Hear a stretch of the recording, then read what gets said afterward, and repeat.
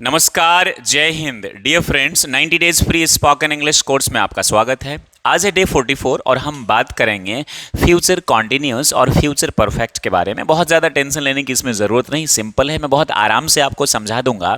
साथ में आपको कई सारे फ्रेजल वर्ब सिखाऊंगा जिनके correct practical usages spoken English में, और साथ में प्रैक्टिकल तरीके से कैसे हम इसे समझें और स्पोकन इंग्लिश में राइटिंग में इसको प्रैक्टिकली यूज करें। घर बैठे बिना कोचिंग, फ्री ऑफ कॉस्ट, मात्र 90 दिनों में अंग्रेजी बोलना सीखे, स्मार्ट एंड कॉन्फिडेंट बने। With activity based on LSRW technique. Step by step अंग्रेजी सीखने के लिए कृपया हमारे YouTube channel my career doctor के playlist 90 days free spoken English course अवश्य विजिट करें। स्टडी मटेरियल की लिंक डिस्क्रिप्शन बॉक्स में दी गई है। ऑनलाइन या ऑफलाइन पेड कोर्स के लिए दिए गए नंबर या एड्रेस पर कांटेक्ट करें। हमेशा की तरह हम आपसे कहते हैं कि आपके पास एक प्रैक्टिस इंग्लिश पार्टनर होना चाहिए जिसके साथ मिलकर आप बेहतर प्रैक्टिस कर सकते हैं। घर बैठे आप इंग्लिश सीख सकते हैं। अगर नहीं है स्पीकिंग इंग्लिश पार्टनर तो डरने की कोई ज़रूरत नहीं, मैं आपकी पूरी मदद करूंगा। अगली चीज़, हमारे टेलीग्राम चैनल को आप ज्वाइन कर लीजिए। वहाँ सैटरडे और संडे को हम फ्री में आपको स्पोकन इंग्लिश की प्रैक्टिस करवाते हैं। आज हम सीखेंगे फ्यूचर कॉन्टिन्यूअस टेंस। और एक चीज़, आप प्लेलिस्ट में चले जाइए my career doctor YouTube channel के, वहाँ 90 days free spoken English course को ज्वाइन कर लीजिए। बिल्कुल बेसिक से आप देखेंगे, सीखेंगे तो बेहतर समझ पाएंगे। और आज डे 44 में मैं आपको सिखाऊंगा future continuous and future perfect. लेकिन उससे पहले एक प्रोवर्ब, अपनी गली में कुत्ता भी शेर होता है। Every cock fights best on his own dung hill. Every cock fights best on his own dung hill. Every cock fight best on his own dung hill. यानी अपनी गली में कुत्ता भी शेर होता है। जो कॉक होते हैं ना, मुर्गे, अपनी जगह पे बहुत ज़्यादा फाइट करते हैं, दूसरी की जगह पे वो सिंपली सी बात है गिव अप वो कर ही देगा। एक प्रोवर्ब इसीलिए आपको पढ़ाया जाता है ताकि आप चीज़ों को जान ले। देखिए, प्रेजेंट कॉन्टिन्यूअस का मतलब होता है जब क्रिया, एक्शन जिस वक्त बोला जाए उसी वक्त हो रहा हो तो प्रेजेंट कॉन्टिन्यूअस। जैसे मैं पढ़ा रहा हूं तो आई एम टीचिंग। पास्ट में जब एक्शन हो रहा हो तो पास्ट कॉन्टिन्यूअस। मैं पढ़ा रहा था, आई वॉज टीचिंग, और मैं पढ़ाता रहूंगा। यू गेटिंग दिस ना? फ्यूचर की बात हो जाए तो I shall be teaching, I shall be teaching. हालांकि फ्यूचर में फ्यूचर इंडेफिनिट सबसे ज़्यादा यूज होता है, उसके बाद थोड़ा सा फ्यूचर कॉन्टिन्यूअस। फ्यूचर परफेक्ट बहुत कम यूज होता है, और फ्यूचर परफेक्ट कॉन्टिन्यूअस तो स्पोकन में यूज होता ही नहीं है, तो उसको सीखना ही व्यर्थ है। तो इसलिए हम 11 टेंस ही सीखते हैं। तो इसको हम कहते हैं the future continuous tense is often used in English as a way to talk about something happening at a given point in future.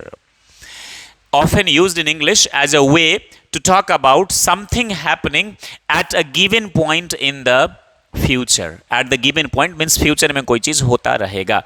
Examples आप देख लीजिए, ता रहूँगा, ता रहेंगे इन ऑल। आप कॉन्सेप्ट को समझ लीजिए। प्रेजेंट में कोई चीज़ हो रहा है तो प्रेजेंट कॉन्टिन्यूअस, पास्ट में हो रहा था पास्ट कॉन्टिन्यूअस, फ्यूचर में होगा तो फ्यूचर कॉन्टिन्यूअस। नॉर्मली एक्शन होगा तो फ्यूचर इंडेफिनिट, और एक्शन जारी रहेगा फ्यूचर में तो फ्यूचर कॉन्टिन्यूअस। फॉर्मूला सब्जेक्ट शैल या विल आपको बता चुका हूँ। फ्यूचर इंडेफिनिट में भी अमेरिकन इंग्लिश के हिसाब से किसी के साथ विल यूज होता है, लेकिन ब्रिटिश में आई और वी के साथ शैल, बाकी सबके साथ will.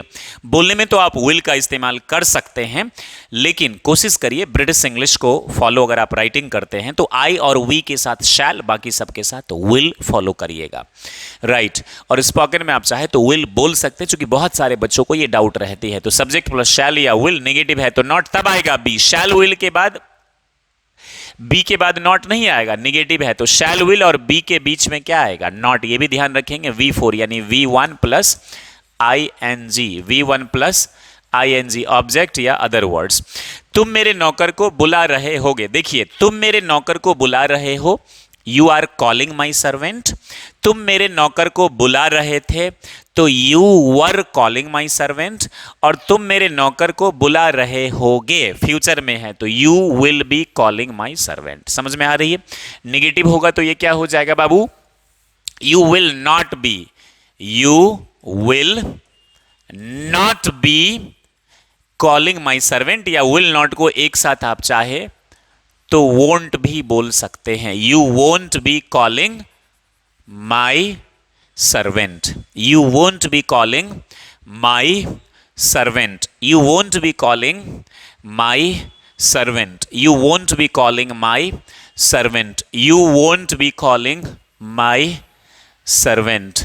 You won't be calling my servant. Right तो मेरे नौकर को हम तुम्हारे घर आ रहे, देखिए हम तुम्हारे घर आ रहे हैं, आए अकेले अगर मैं हूं तो I am coming your home, हम लोग काफी सारे हैं या एक से ज्यादा तो we are coming your home, हम लोग तुम्हारे घर आ रहे थे, we were coming your home, और हम लोग तुम्हारे घर आ रहे होंगे तो वी शैल बी, वी के साथ शैल, आई के साथ यहां विल यूज किया है अकॉर्डिंग टू, सॉरी यू के साथ विल ही होगा, आई और वी के साथ ब्रिटिश इंग्लिश के हिसाब से आप शैल यूज करेंगे, इस चीज को ध्यान रखिएगा बाबू। तो I shall be coming to your house, negative I shall not या आई शांत बी कमिंग, शैल नॉट को आप क्या बोलते हैं बाबू, शांत, क्या बोलते हैं, शांत।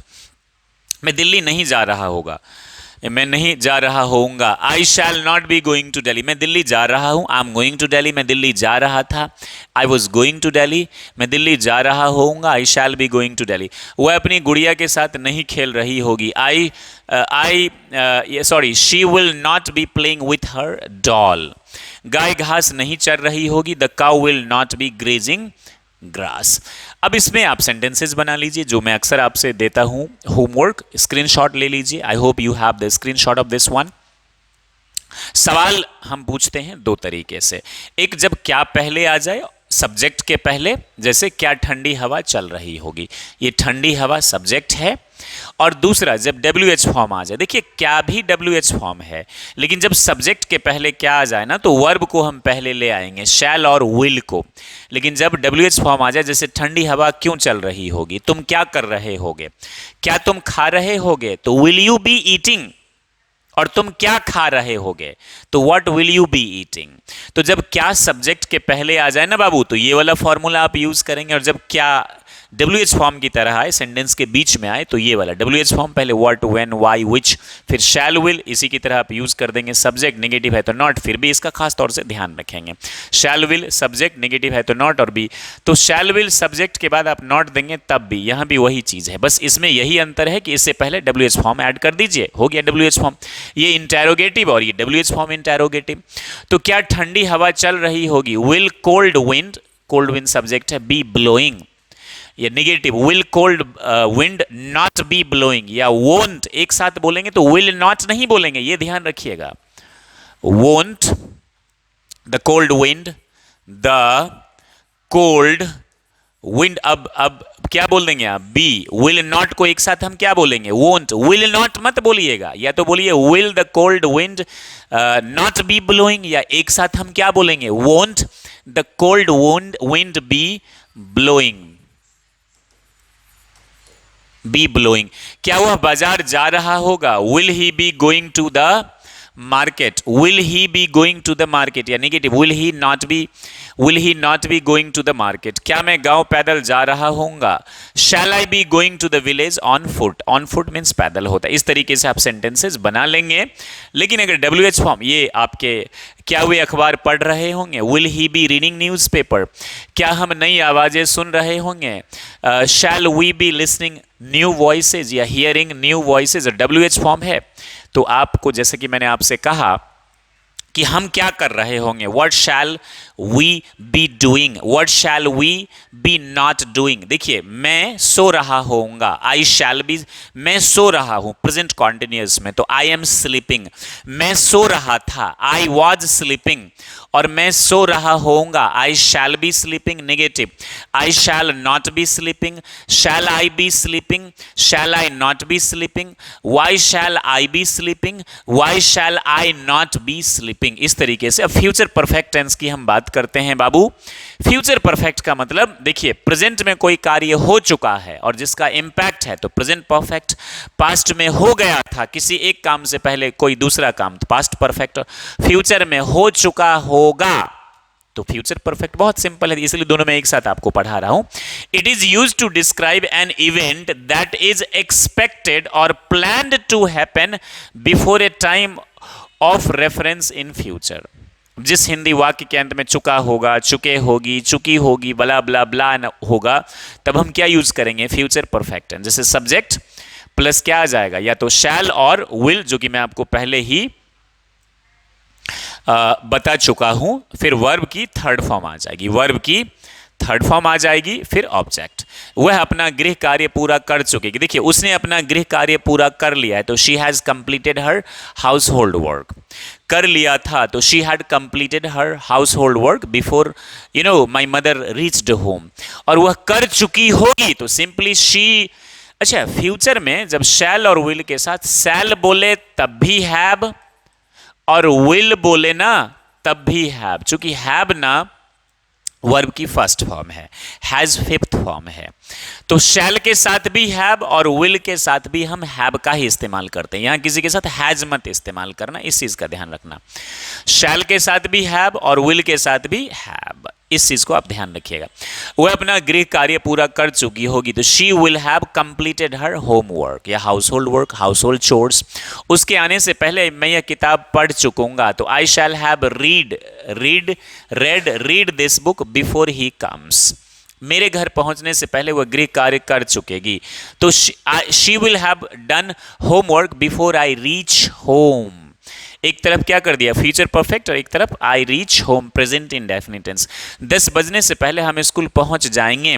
We shall have reached to school before 10 o'clock। तो इस तरीके से आप क्या कर लेंगे, सेंटेंसेस बना लेंगे। It's not a big deal. आप अगर सवाल पूछ रहे हैं तो शैल विल पहले आ जाएगा।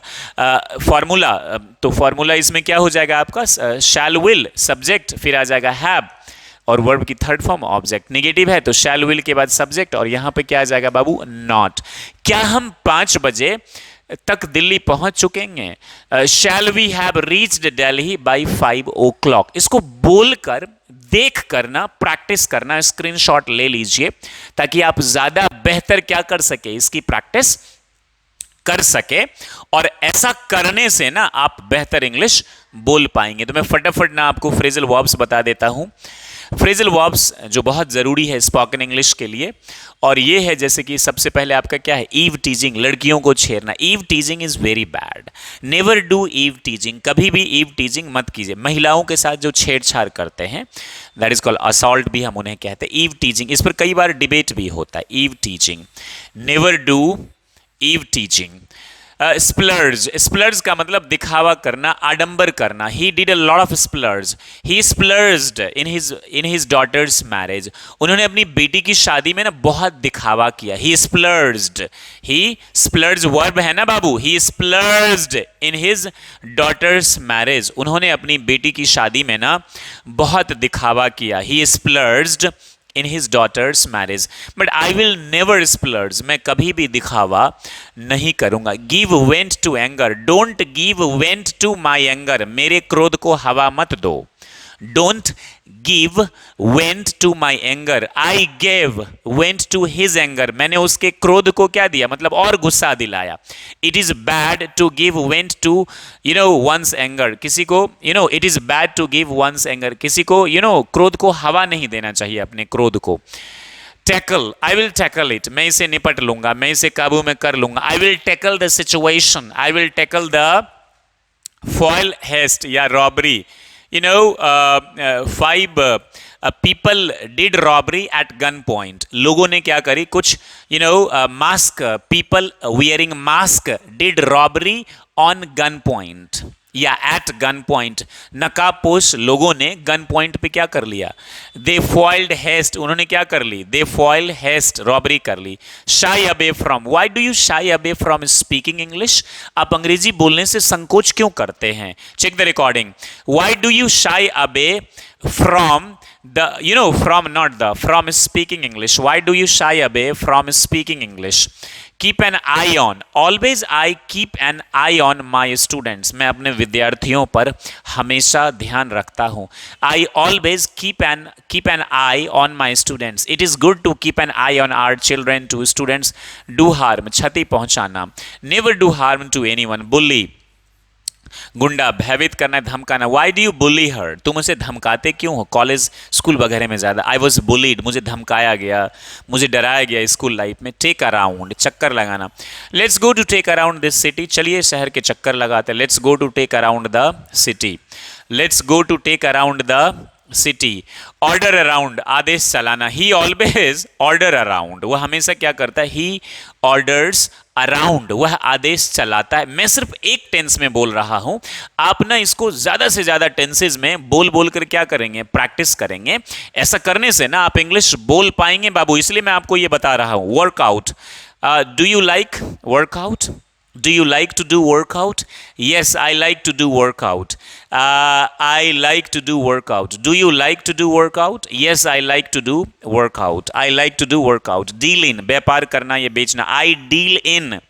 You know, my career doctor deals in spoken English, personality development, interview training, in public speaking and career counseling. We deal in such things and teachers training. Deal out, विभाजन करना या बांटना। Please deal out this. Bask in the sun. I like to bask in the sun in winter season. I like to bask in the sun in winter season.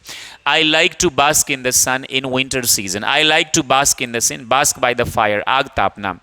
You know, never bask by the fire at very close distance, कभी भी आग नजदीक से मत तापे। Bask by the fire, बहुत अच्छे अच्छे फ्रेजल वर्ब्स हैं बाबू, इसको याद करिए। Intend, what is your intention? I intend to tell you something, मैं इरादा करता हूं तुम्हें कुछ बताने। कोप विथ, सामना करना। Will you cope with the situation, क्या आप सिचुएशन का सामना कर लेंगे? Will you cope with the difficulties? Die down, चुप हो जाना, धीरे धीरे थमना। Now he is dying down, वह धीरे धीरे क्या हो रहा है, चुप हो रहा है, चुप हो रहा है, चुप हो रहा है। Do exercise.